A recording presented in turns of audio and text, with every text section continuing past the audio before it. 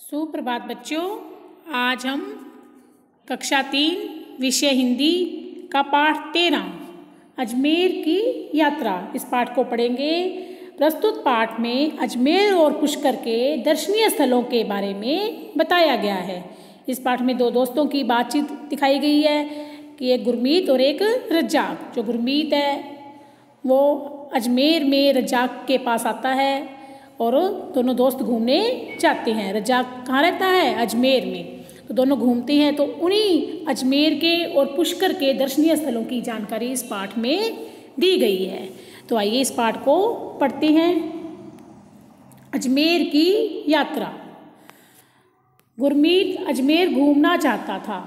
उसने रज्जाक को लिखा था कि वह उसी के घर ठहरेगा। उसका घर दरगाह बाजार में है। आज सवेरे जब गुरमीत रेलगाड़ी से उतरा तो रज्जाक उसे अपने डिब्बे के सामने ही मिल गया। उतरते ही उसने पहली बात यही कही, दोस्त आज तो रेलगाड़ी में मेरा कचुम्बर ही निकल गया। कितनी भीड़ रहती है इस रेलगाड़ी में। क्या हुआ कि गुरमीत है जो वो अजमेर घूमना चाहता है और वो अपने मित्र रज्जाक को लिखता है कि वह अजमेर में आएगा तो उसी के घर पे ठहरेगा, क्योंकि उसका घर कहाँ पे है? दरगाह बाजार में, दरगाह के बिल्कुल नज़दीक है। और जब गुरमीत रेलगाड़ी से अजमेर आकर रेलगाड़ी से उतरता है तो जो रज्जाक है उसे अपने डिब्बे के सामने मिल जाता है रेलगाड़ी के, है ना। और उतरते ही वो क्या कहता है कि दोस्त आज तो रेलगाड़ी में मेरा कचुम्बर ही निकल गया, यानी कि रेलगाड़ी में बहुत ज़्यादा भीड़ थी जिससे मैं तो बिल्कुल ही दब गया। तो रज्जाक उसका बात का क्या जवाब देता है? रमजान के महीने में अगर तुम यहाँ आना चाहो तो सोच समझ कर ही आना, यूँ भी एकदम सीखिया पहलवान हो। रज्जाक ने हंसते हुए जवाब दिया। अब रज्जाक क्या कहता है कि जब अगर अभी तुम्हें इतनी भीड़ लग रही है तो अगर रमजान के महीने में आओगे तो सोच समझ कर ही आना, क्योंकि तुम तो एकदम पतले से हो, है ना। तो बिल्कुल ही कचुम्बर तुम्हारा तो बिल्कुल ही और भी ज़्यादा कचुम्बर निकल जाएगा। तो वो क्यों कहता है ऐसी बात, देखती हैं। तो ऐसी बात कहने पर जो गुरमीत है वो उससे पूछते हैं क्या उस समय और भी अधिक भीड़ होती है? तो रज्जाक क्या कहते हैं, अरे पूछो ही मत, उस समय अजमेर की आबादी में कम से कम 1 लाख लोग और जुड़ जाते हैं। यानी कि जितने लोग अजमेर में इस समय रह रहे हैं उसमें रमजान के महीने में बाहर से कितने लोग और आ जाते हैं? 1 लाख लोग। तो यात्रियों के लिए बहुत सी व्यवस्थाएं भी की जाती हैं। अब जो यात्री बाहर से आते हैं उनके रहने की, खाने पीने की सारी व्यवस्थाएं सरकार द्वारा की जाती हैं, यानी उन्हें कोई परेशानी ना हो। सड़कों पर, बाज़ारों में जहाँ देखो वहाँ भीड़ ही भीड़ हो जाती है। तुम्हारे घर के पास तो मेला लगा रहता होगा, कुछ पूछो ही मत।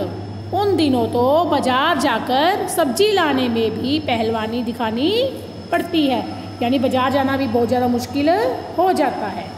दोनों मित्र जोर से हंस पड़े। कुछ देर बाद गुरमीत को रज्जाक अजमेर की सैर कराने ले गया। अब दोनों मित्र हंसते हैं और थोड़ी देर बाद वो जो रज्जाक है वो गुरमीत को अजमेर घुमाने ले जाता है। कहाँ जाते हैं वो? यह देखो, यह सदर दरवाज़ा कहलाता है और वह सामने बुलंद दरवाज़ा, उसके भीतर ही दरगाह है। दरगाह कौन से दरवाजे के भीतर थी? बुलंद दरवाजे के। हम लोग वहीं चल रहे हैं, रज्जाक ने बताया। अब ये देखो, ये क्या है? बुलंद दरवाज़ा। ये दरवाज़ा कौन सा है? बुलंद दरवाज़ा। और इसी के भीतर क्या बनी हुई है?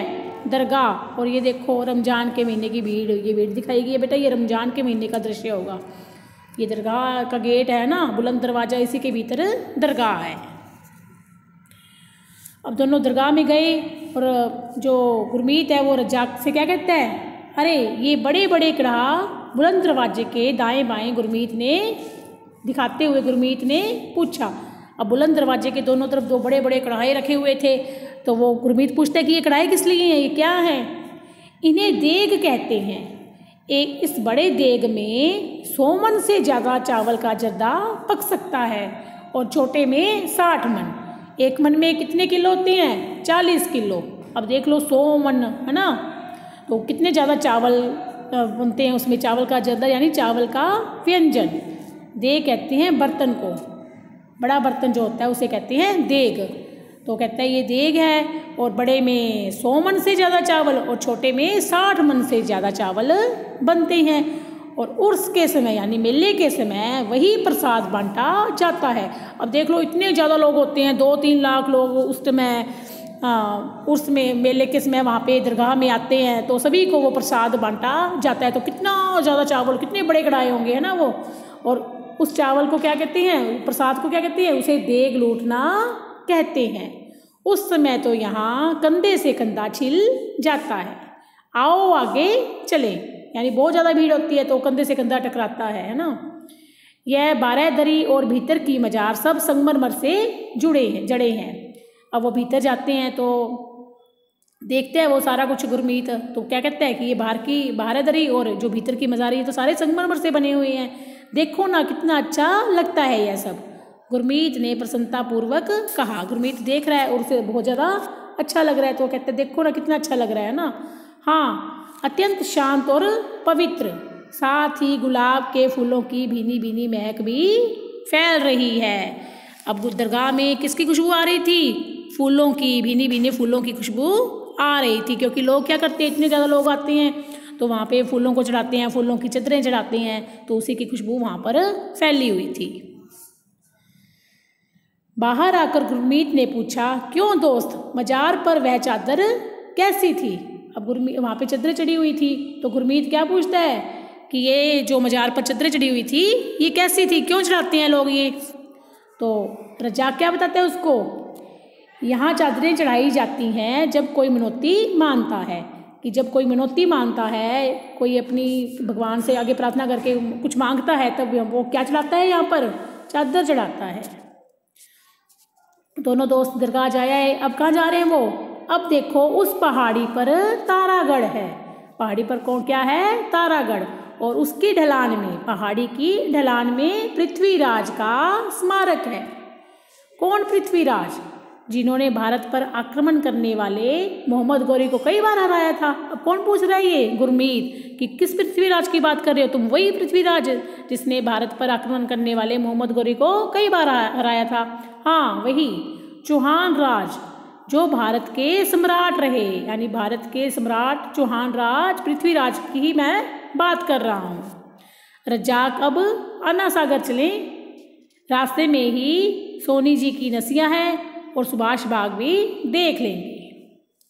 दोनों दोस्त अब कहाँ जा रहे हैं, अन्ना सागर। अन्ना सागर क्या है, एक झील है। तो क्या रज्जाक कहता है कि अब अन्ना सागर चलते हैं, रास्ते में क्या है, सोनी जी की नसिया है और सुभाष बाग भी रास्ते में आएगा तो उसको भी देख लेंगे।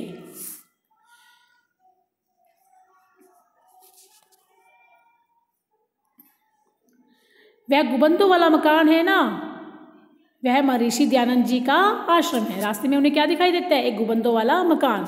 तो रज्जाक बताता है कि वह महर्षि दयानंद जी का आश्रम है, यहीं पर उनकी समाधि है। जहाँ पर उनका आश्रम है वहीं पर क्या बनी हुई है, महर्षि दयानंद जी की समाधि।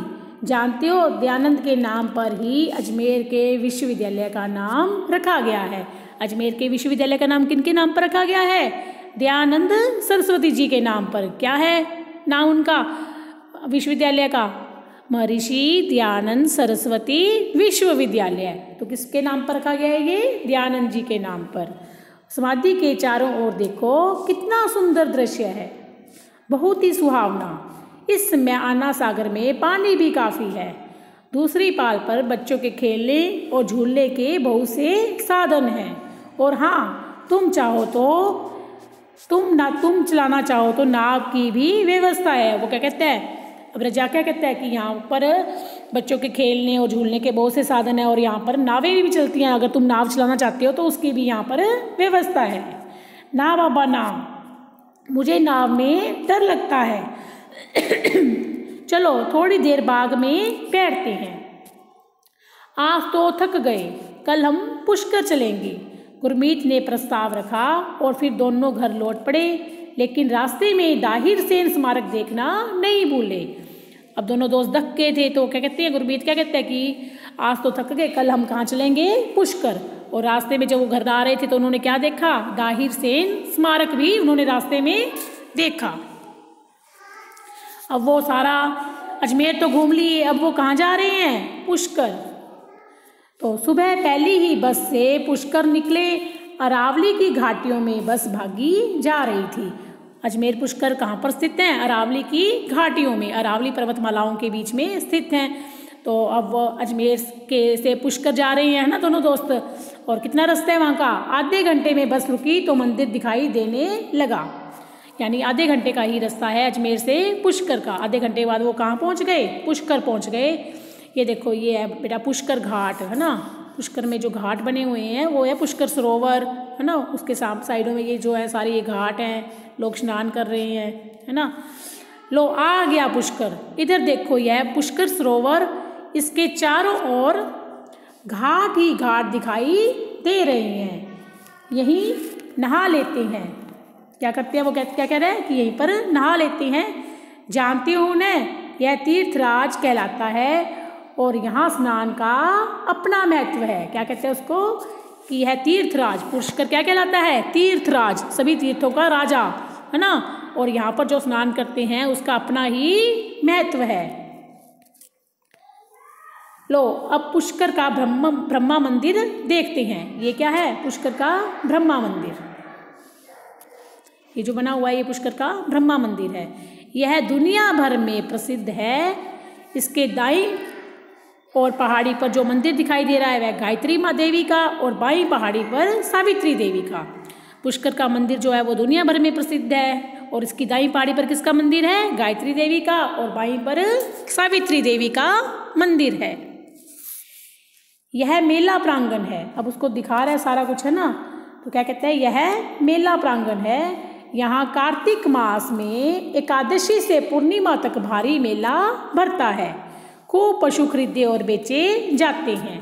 दुनिया भर से लोग यहाँ आते हैं। तो पशु मेला कहाँ लगता है?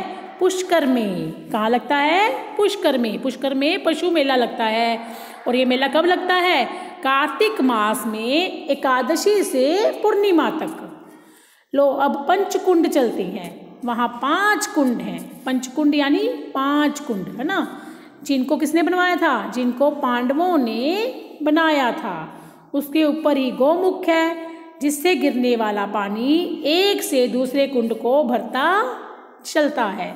और वहाँ पानी फालतू भी नहीं जाता, यानी कि एक कुंड का पानी जो है वो दूसरे कुंड में चला जाता है। और इस प्रकार से जो पानी है वो फालतू भी नहीं जाता, कुंडों को ही भरा हुआ रखता है। क्या कहते हैं वो आगे? खाना वहीं खाएंगे। कहाँ जा रहे हैं वो? पंचकुंड के पास, है ना। पंचकुंड घूमने जा रहे हैं। तो क्या कहते हैं वो? खाना वहीं खाएंगे, मगर कोई बंदर झपट न ले जाए, ध्यान रखना। वहाँ खूब बंदर हैं। कहाँ पर? पंचकुंड में, है ना। तो क्या कहते हैं कि वहाँ पर आपस में मजाक कर रहे हैं दोस्त दोनों कि वहाँ पर बंदर बहुत है पंचघाट में, पंचकुंड में। तो खाना तो वहाँ खाएंगे, लेकिन ध्यान रखना कि कोई बंदर झपटा मार कर न ले जाए। तो इस प्रकार से ये आपका पाठ पूरा हुआ। उम्मीद है आपको समझ में आया होगा। धन्यवाद।